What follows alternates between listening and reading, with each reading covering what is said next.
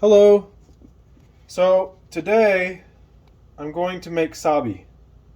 I think I've made this before in a past video or two, um, but I was doing it while doing other things, or I talked about it, didn't show making it. Today I figured I'd just do a video dedicated just to the making of sabi. Sabi is the mixture of lacquer that is used for the ground layer, Shitaji, of various items in lacquerware. So today we're going to be making that. It's really simple, but everybody is going to have their own recipe. Every lacquer craftsman will probably have different ratios of things that they use. Some are going to be very specific about it, others not so much.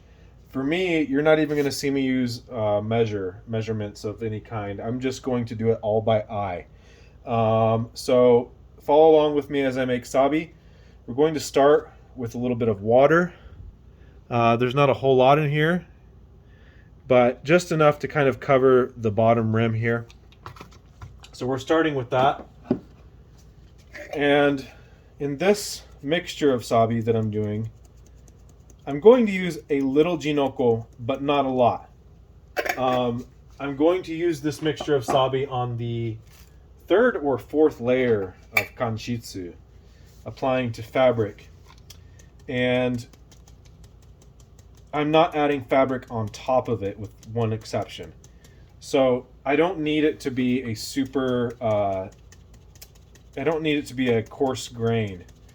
Which jinoko clay is a coarse grain clay.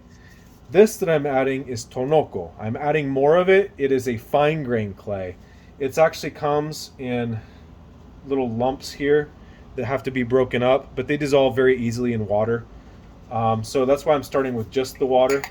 They're much more difficult to break up in the lacquer. So starting with a little bit here, and I'm going to start by just kind of mixing the two together. The tonoko in particular is kind of gooey, which is good. I want that. And clearly this is very, very runny at this moment. We're going to start adding more to that and thickening it up. But I like to mix these two clay powders first, a little bit to begin with. And I'm just going to start by pressing out some of the lumps against the edge of the container here. Most traditional lacquer craftsmen that you will see mixing lacquer are going to do it on a hard surface, a flat hard surface such as this one, with a spatula. But I find it's just as easy to do it small batch in a container. It helps me to visualize how much I'm making, how much I'm going to need to make.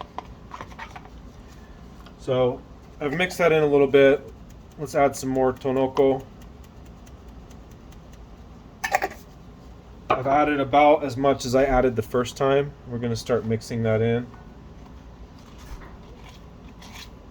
You'll see the water is starting to thicken up. We're starting to get more of a clay-like consistency here, which will get thicker still as we go, and then get thinner again towards the end.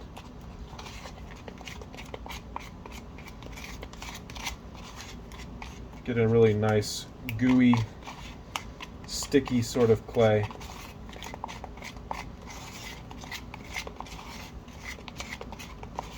Okay. Now the next thing I'm going to add is calcium carbonate. This is pure limestone. Some lacquer craftsmen who are making sabi will add limestone in different forms. I saw a Chinese lacquer craftsman who used crushed roof tile for his sabi.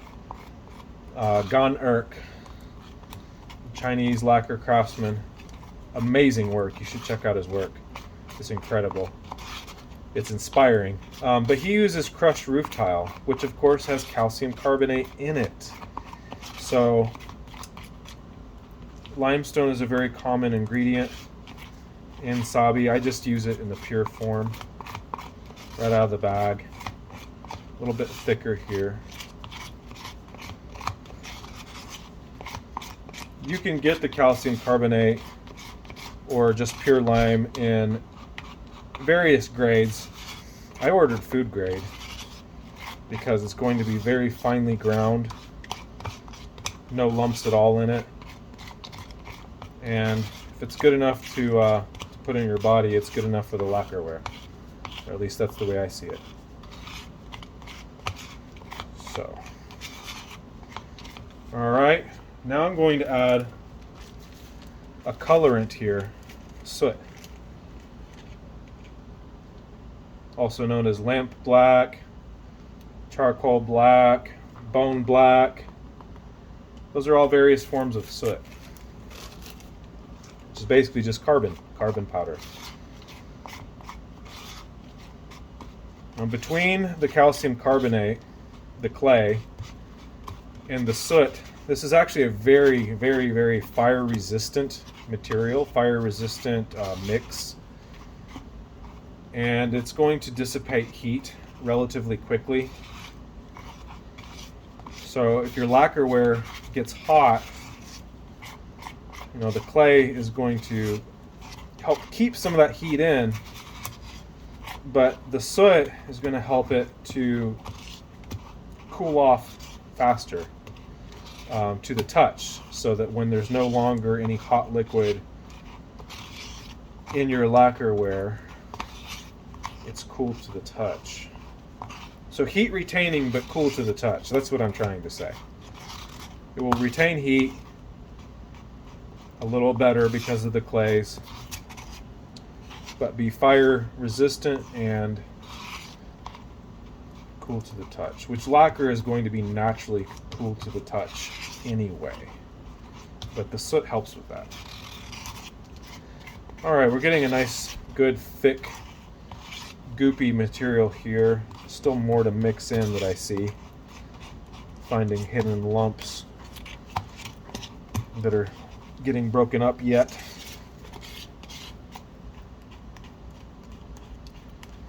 As I smear it along the bottle or the container edge.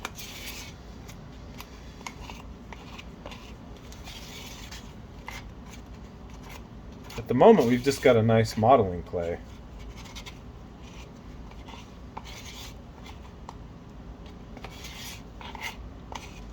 And it is to this which we will be adding the main event, the main attraction of the show, which is the lacquer.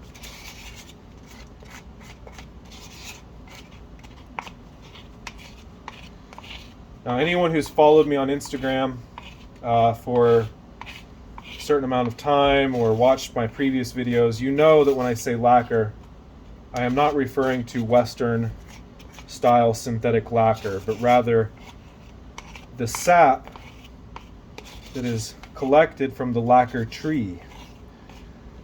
This tree grows in different parts of East Asia. Related species grow in Southeast Asia. Not the same exact species, but related. And the lacquer tree is in the same family of plants as is poison ivy, poison oak, mango, cashew, and so on. And the main reason we like lacquer, also known in Japanese as urushi, is because of its incredible curing properties. Now, this is Chinese grade, or Chinese origin, Japanese processed sashimi lacquer. This is sashimi. That's the grade of lacquer that I'm using.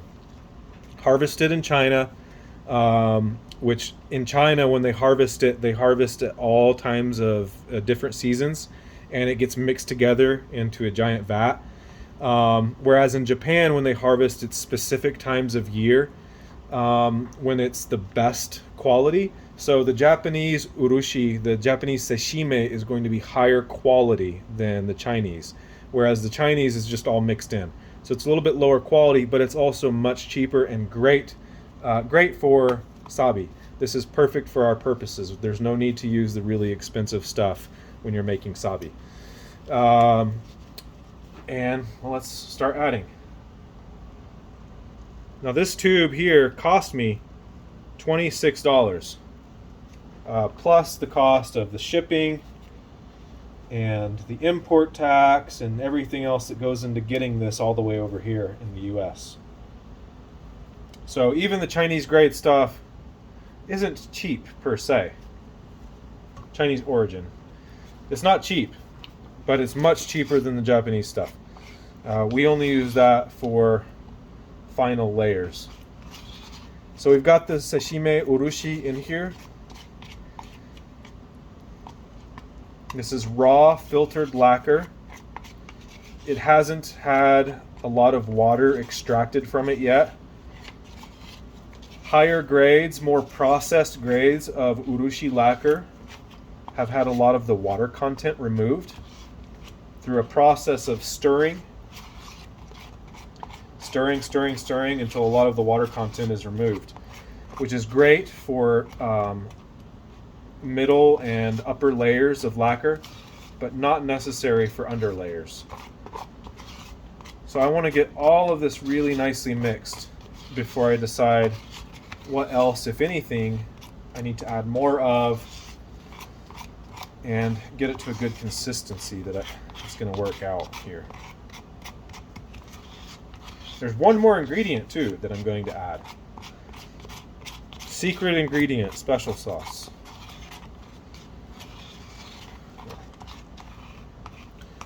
I got sidetracked earlier, but for anyone who is new to this, I did mention it's related to poison ivy and poison oak.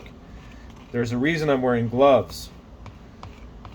The same chemical that causes poison ivy to give rash is the chemical that is found in abundance in this. In fact, that chemical is named after this. It's called urushiol. Urushiol, I don't know how to pronounce it, but it's urushi with an OL at the end.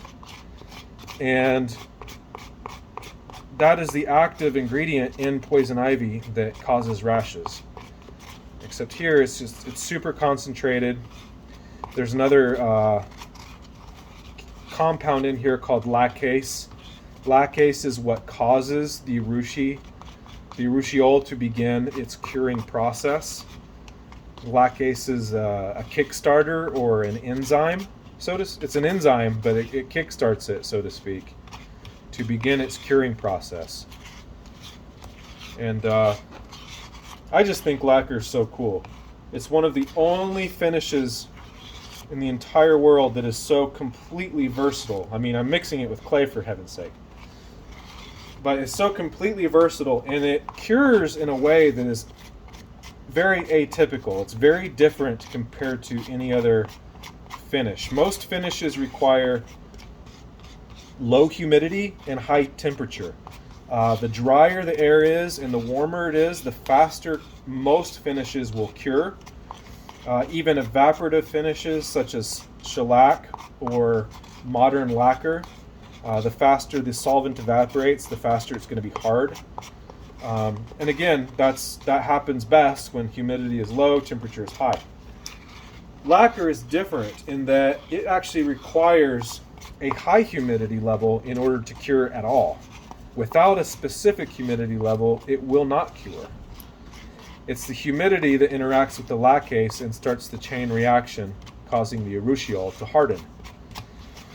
But a specific amount of humidity is required for that to happen, and a specific warmth. Not as warm as other finishes like, but a comfortable room temperature is a good temperature for lacquer to cure. Above a certain temperature, it actually stops curing again. So it's very finicky in its conditions required for good curing. Certain level of humidity and a certain level of heat, and it's in that little window that urushi cures best. So I'm going to add some more here. This is not, I've not made enough for what I plan to cover with it. This will be enough, but I'll probably also have to add a little bit more of my powders here, which I'm going to go ahead and do now. So again, everything is by eye. I'm going based on the consistency of what I'm making and just seeing the amounts that I need. I don't need to add any additional water. We started with a good amount of water. And that is going to help this cure, actually. I just talked about how it needs high humidity to cure.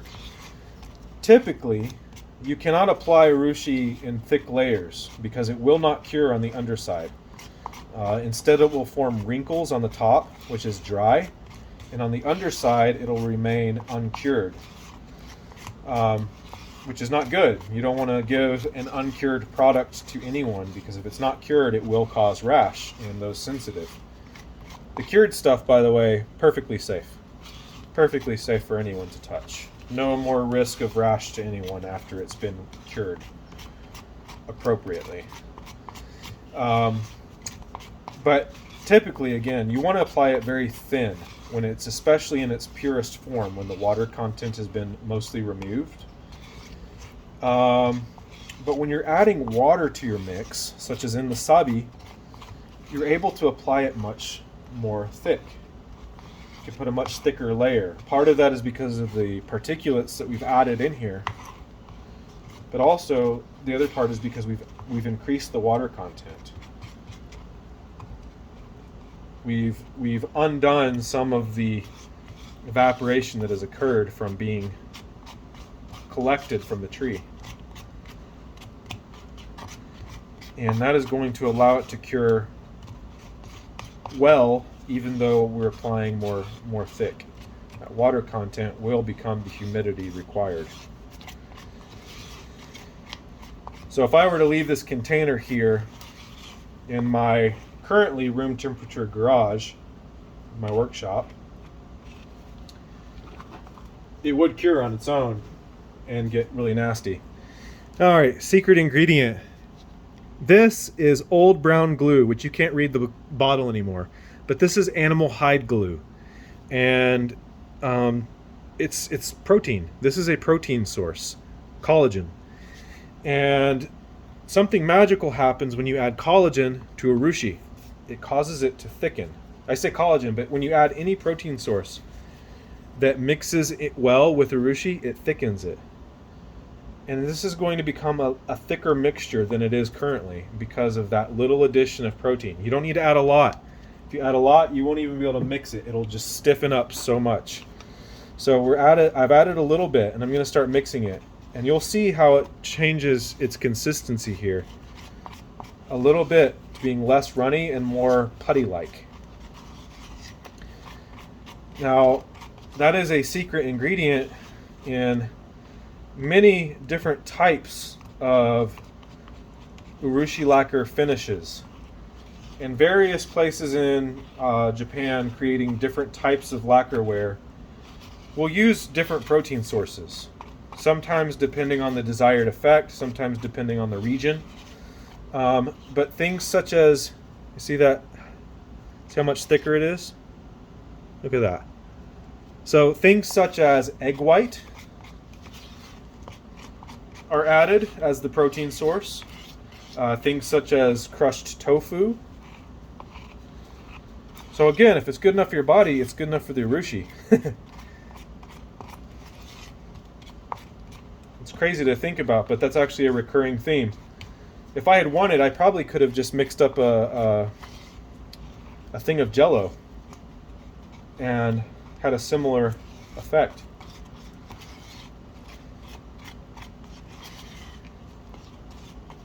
This, however, because that is actual animal hide glue, collagen derived from animal hide, animal bone, animal hoof. This is also a very, very, very strong glue. Urushi is a glue in its own right. Animal hide glue, obviously, is a glue in its own right. And the two combine very nicely to make a really, really strong glue. So it's not just a thickened urushi that occurs, but a stickier one, and one that hardens tough. So this is going to dry a little bit tougher than than regular urushi. There's a finish called Sibo-urushi that is known for its toughness. That is because of the addition of protein. Nikawa is the Japanese word for the animal hide glue. It's a little different than the old brown glue that I've used there, but the only difference really is the strength of the glue. That is a furniture grade glue used for making furniture. That is also a very ancient, traditional type of product. They found animal hide glue in the joints of ancient Egyptian furniture. So it's been around for thousands of years, just like lacquer has been. And the two combine completely naturally in a really, really nice way, complementary way. One of the things that animal hide glue is valued for, especially for restorers and antique refinishers, is its reversibility. Because when exposed to warm water, it will weaken the glue bond and allow parts that were assembled to be disassembled easily. Well, as soon as it has dried again, it regains its strength. So it's a reversible glue that can be weakened or strengthened depending on whether or not it's dry. Now that's a great quality to it, but at the same time that makes it weak to water. So you don't want to use animal hide glue in an application that's going to see a lot of moisture or even humidity or water submersion. But the magical thing about mixing it with urushi, among other things, is that it makes it no longer water susceptible. It's not reversible after mixing with urushi anymore. So you can use animal hide glue in combination with urushi to make a completely natural waterproof glue.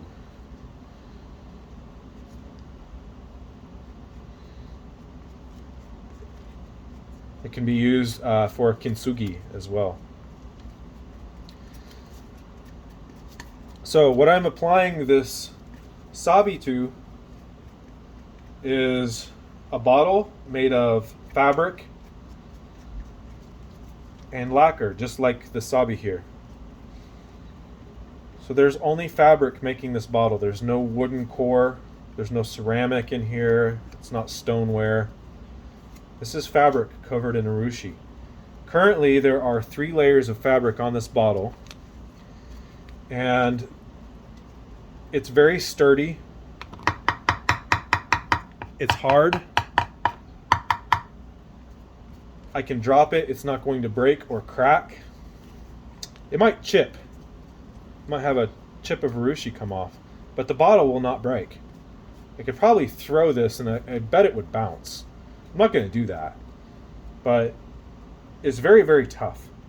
This is only 3 layers of thin fabric coated in urushi. It's also a natural fiber fabric that is also traditional in this practice. The fabric that I used is made of rami fiber, or rami. Again, this is something I do not know how to pronounce. I don't hang out in circles that talk about this stuff. I just read about it and do it. So, forgive me if I don't pronounce things correctly. But that is rami fiber cloth. It's a natural fiber. It's a plant. And that is a traditional fabric that is used for this practice known as Kanchitsu, which means dry lacquer technique. And it doesn't go on dry, obviously, but Konchitsu is dry lacquer technique in which layers of fabric are soaked in urushi and bonded together with Sabi-urushi, to make 3-dimensional objects. Durable 3-dimensional objects. The original purpose of Konchitsu was for making those big, giant, beautiful Buddhist statues that you will see in Chinese and Japanese and Korean temples. originally, of course, those were made of wood thousands of years ago, 1,000 or 2 years ago. But the very largest ones, those were too heavy to move. And for the purposes of having a permanent statue on display for millennia, you know, occasionally it needs to be moved. Might need to be moved into place to begin with. I don't know. Perhaps there's some spring cleaning that's happening, and you got to move the statue to sweep around it. I don't know what's happening there, but if you have a 4 meter tall statue made of wood, it's going to be too heavy for anybody. So the practice of making hollow statues using this technique became popular. And from what I understand, this technique was almost lost to time until some inquisitive people started looking around on the insides of Buddhist statues as best as they could to find out how they were made, why they were so light, to discover that they're made of fabric and lacquer, and to figure out the techniques of how to do that, to make a hollow form statue. I talked about what it was originally used for, but of course you can see the great applications that it would have outside of Buddhist statues. You can make anything. This is the world's original 3D printer.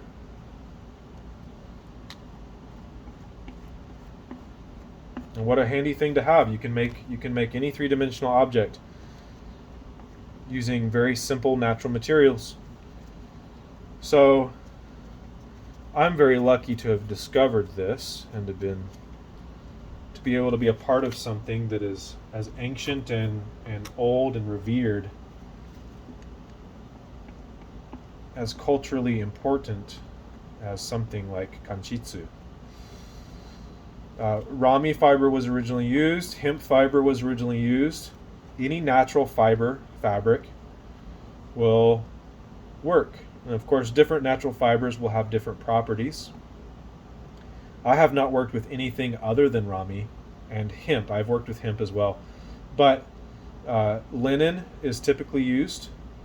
And I've seen fabric for this made of cotton. I don't know how well cotton compares to the others, but cotton fabric is used as well. So any natural fiber.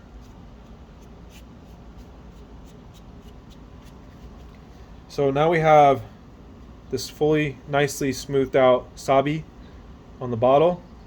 I've added an I've added an additional bottom here. I want to make sure it's applied really well. I'm actually going to add one more layer. I've been having some issue with this one, where the layer of fabric was not quite fully adhering the way I wanted it to. I was getting little pockets, little bubbles that had not completely attached, that I did not notice. And upon sanding them out, we've got gaps. So gaps are unacceptable. Fill those gaps, break out the parts of fabric that we're not fully touching, and apply another layer. But anyway, that is Sabi. That is how you use it. You can use it on its own, cure, as I did on the top of the bottle, to smooth out a surface you've already applied fabric to. And of course you can use it to apply more fabric, as I am doing here. It has both applications. You can even sculpt with this. You can model with it. I said earlier that we had a clay that was like a modeling clay. You can actually model a little bit, not too thick, mind you, but you can model with the Sabi mixture after the lacquer has cured, and it will harden permanently given enough time, as long as you don't do it too thick. So I don't know that I would really want to model with Sabi though. Not except where absolutely necessary. I feel like that would be a very messy practice. Ay, ay, ay. Anyway, we've made the Sabi. I'm not going to make you watch everything else that I'm doing, but you know how to make it. Feel free to play around with your own ingredients, your own mixtures. Find out what works for you, what isn't. You don't want to make something that's going to break on you. So don't stray too far from the path, but be smart about what you're doing. Experiment with your ratios. Find what works for you. And thanks for watching. Hopefully, this almost dead practice, this almost lost to time practice can come to life again and be a vibrant, valuable craft. Thank you for watching.